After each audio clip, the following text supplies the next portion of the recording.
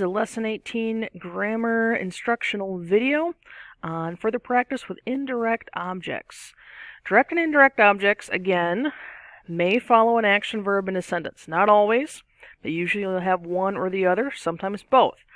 So our example sentence here, Kara sold Matt the bicycle. What did Kara do? She sold. What did she sell? The bicycle. To whom did she sell the bicycle? To Matt. There's definitely a pattern to finding out the subject, the verb, the direct object, and then the indirect object. Here's our steps to that pattern.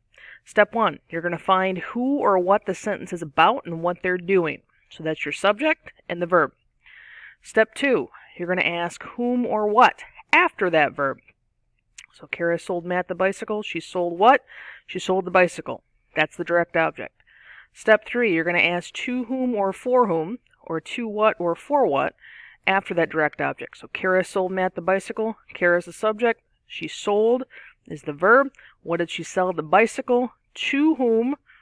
To whom is our step 3? To Matt. Matt is the indirect object.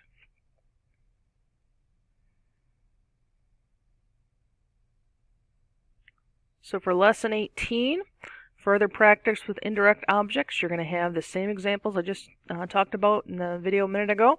The same steps, 1, 2, 3, and you're going to go through those same steps with each sentence. Now, each sentence may appear multiple times. It's going to ask you different questions about that sentence.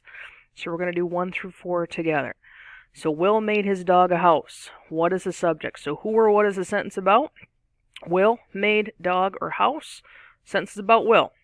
And then what did Will do? Will made. So made is your verb.